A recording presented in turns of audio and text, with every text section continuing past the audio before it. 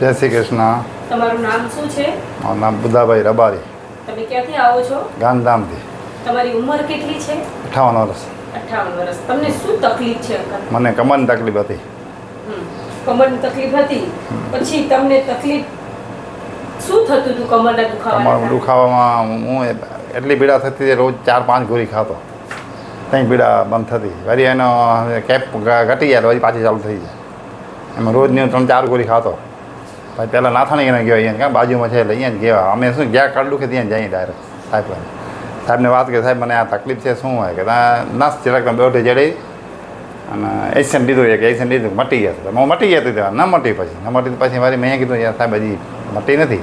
અગર એક એક્શન મટી જાય કંઈક થઈ જાય, હાલો આપણે કેનું અધર ઉપર તો થઈ જાય પણ તેવી એક્શન લે એટલે મટી જાય. ઇન્જેક્શન આપે હા તો મટી જાય. પછી વળી 2 મહિના સુધી કાંઈ ન થાય, 2-3 મહિના પછી વળી કાંઈ કામ ઓછી છેકી આવે ને કાંઈક કેનનું 40 કિલોનું કેન ઓછી ખણીને માથે રાખવાનું. વળી વજન ઉપાડ્યું એમાં વળી કાંઈક સમજી નસ દોથી જડી ગઈ. પછી એને કાંઈ એક્શન લેવા ગયો એ કે એક્શન ફરક ન પડ્યો. પછી કે તમે પછી એણે ફોટો કાઢ્યું કે દે તમને એક્સરે કાઢી દે. એક્સરે કાઢ્યું તો એ કે જરાક તમારી આમાં નસ દબાઈ રહી અને જરાક માગ પડી ગયો અહીંયા. એ અરે બરાબર થઈ જાય. ગોળી લીધી, 4-5 ગોળી લીખી દીધી અને એક્શન 3 મને 2 એક્શન એક લીધું ને 2 બીજા લખી દીધા. 3 એક્શન લીધા, ફરક ન પડ્યો. 3 ઇન્જેક્શનનો કોર્સ કરે પણ તો પણ ફરક ન પડે. પછી મેં પૂછા કરીને રાજકોટવાળા હું આપણા સંબંધી એક ફેરે ગયા હતા રાજકોટ, તો હું ડૉક્ટરને પૂછા કરી કે હું ડૉક્ટર સારો એકદમ હું આજે આપણે હું ગયા આપણો છોકરો હતો નાનો, મારા નાનો ભાઈ હતા, 3 જણા ગયા ગાડી લઈને, પોતની ગાડી લઈ ગયા. હું કીધું MRI કરાવવો પડશે. મેં ભલે સાહેબ MRI કરાવી દઈશું. MRI 6,000 રૂપિયા લીધા મને. MRI કરાવ્યું? હા 6,000 રૂપિયા મને લીધા બરાબર. MRIના 6,000 લઈને પછી MRI જોઈ કરીને મને કહે કાકા તમારે નસ ને મણકા વચ્ચે દબાઈ રહી, તમને ઓપરેશન કરવું જ પડશે. મેં કહે સાહેબ વાત હજી ઓપરેશન થાય રૂપિયા કેટલા લાગે સાહેબ? અમે ગરીબ માણી બરાબર. રૂપિયા કેટલા લાગે? રૂપિયા તમને 1,60 ને 1,90 એમાં 2 ઓપરેશન થાય. 1,90,000 એક 1,60,000. તમે કે એમાં 2 ફરક શું કે ફરકમાં એમાં થોડીક અમે મજબૂતાઈ કરી, ઓમાં થોડુંક નોર્મલ કરી. પછી મેં કે એની જવાબદારી જો એમાં તમારો 100% ફરક પડી જાય. પછી અમે વાતો કરતા બાજુ બીજો દર્દી આવ્યો, તો એનેથી આવી જ્યારે વાત કરી કે સાહેબ તમે મને કહેતા હતા કે ફરક પડી જશે, મારી હજી આ જ પોઝિશન છે, તમે ઓપરેશન મને કરી દીધું બરાબર અને મારી આ જ પોઝિશન, હવે મને શું કરું? તો તમને એક દર્દી ત્યાં બીજો દર્દી મળ્યો બાજુમાં આવ્યો.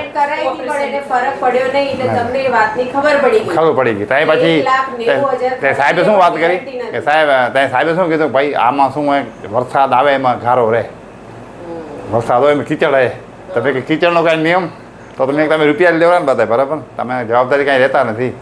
તમે કે સાહેબ હવે એમ કરો અમને નથી કરાવું, હવે તમે મને કરાવું તમને કાકા તમને 4 દિન દવા લખી દો, આ 2 એક્શન લઈ જાઓ. 1 એક્શન દીધું તે જ અને આ 2 હા 1 એક્શન લઈ આપ્યું. 2 એક્શન લઈ જાઓ અને તમે ચોથે દી આવજો, કારણ કે હવે હજી તમારી અહીંયા પીડા અહીંયા છે, પછી તમારી પીડા પગમાં ઉતરશે, પછી તમારે કંઈ પીડા થાય નહીં થાય, પછી તમને તાત્કાલિક કરાવવું પડશે. કારણ કે પગવાળી નસ ઘૂંટણમાં જાય. હા બસ એટલે નસ દબાય એટલે પછી ઘૂંટણ દુખવાના છે કે આ અહીંયા નીચે ઉતરશે ને તમારે પીડા નહીં થાય. પીડા થાય ને નહીં થાય પછી તમે ફરીને હા પછી તમે ના પછી મેં ગયા. મેં કીધું હવે આપણે નથી હાલો. પછી આમ કરતા ને આ અમારા દૂધનું ગ્રાહક છે, આ કનુભાઈ ફરીને તમે બીજી જગ્યાએ ટ્રીટમેન્ટ કરાવી છે 9,000 એ મેં બીજા હમણાં દોસ્ત હતા હોય બીજા હોસ્પિટલ લઈ ગયા ઓણે રાજકોટ. એ શું સ્પાઇન છે એ આપણે નુગા બેઠે જેમ કરેલા બધું. પછી એણે મને અહીંયા આપણું મશીન જે ઝટકા મારે ને એ ટાઈમે ઝટકા મારો. હા બસ હા. પછી આ શું ખબર ઝટકા હથોડી મારે કેમ આમ પોતને રીતે જ આપણે અવાજ આવે છે. એ મને ઝટકા મારે તો પછી હું મારી આ કેટ જેમાં આમ આવતો હતો ને સીધો થઈ ગયો. તો મને કે આટો લઈ આવો. કેટલા લીધા? હે એક ઝટકા મારવાના કેટલા લીધા? 9,000 રૂપિયા 15 મિનિટ ખાલી મને ઝટકા મારાય. 15 મિનિટ 9,000 રૂપિયા. મેં કીધું સાહેબ કાંઈક તો 500 રૂપિયા ઓછા કરો. એ 500 ઓછા નહીં થાય. પછી મેં કે ભલે હાલો જેમાં પીડા મટી ગઈ બરાબર 9,000. હવે મેં કે વાંધો નથી કે ના હવે એમ તો તમને 9 વખત આવવું પડશે. હા એવા 9 વખત.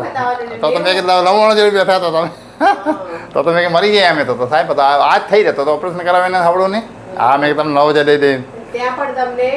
પછી અમે પાછી વળી આવ્યા હવે રવા દે.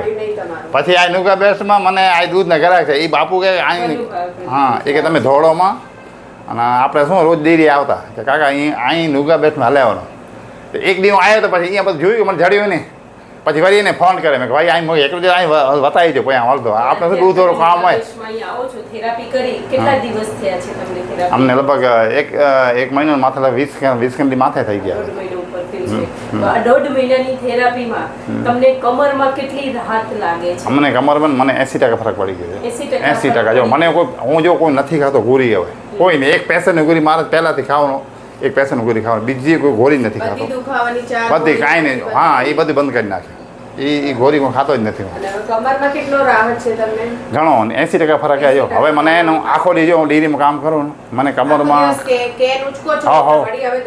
ના નથી થતો ઇન્જેક્શન લેવું એક્શન લેવું ગમે તે વજન ઉપાડો એમ કાંઈ થતો જ નથી તમારો ધંધો તમે સરસ રીતે કરી શકો ના સારું એમાં અમને ફાયદો ઘણો હવે દવા અત્યારે ચાલે ના કોઈ દવા જ નથી સમજી એક આ પેશન્ટની ગોળી સિવાય બીજી કોઈ દવા ખાતો જ નથી કોઈ બેસ્ટનું તમે હવે શું કહેવા માંગો છો નુગા બેસમાં જો અમે આવ્યા હતા મને આ 80% ફાયદો થયો અને એમાં અમને ઘણો રાહત મળી કારણ કે નકે અમે એને ગમે તે આવરા જાતના રૂપિયા જાતના પાછી ફરકે ન પડત આ એને જો ઓપરેશન બેન ઘણા માણસો કરાઈ જાય બધા ફેલ જ જાય એ જ હાલત થાય રહી માણસોને પાછો નુગા બેસમાં આવવું પડે એ માણસો ઘણા આવેરા સમજે નુગા બેસ્ટમાં પાછા આવેરા તો તમે એટલું કહો કે નુગા બેસ્ટની થેરાપી બેસ્ટ છે બેસ્ટ છે વધારે લોકોને નુગા બેસ્ટમાં હા લઈ આવો જો તમે ખરેખર આ ભલે માણસો નથી આવતા ને કે ખરેખર ખાલી અહીંયા આવે ને ખાલી એક ભલે જેને ટાઈમ ને કે 1.5 કલાક લઈ જાય તમે તો 3-2 કલાકની અમને રાખી શકો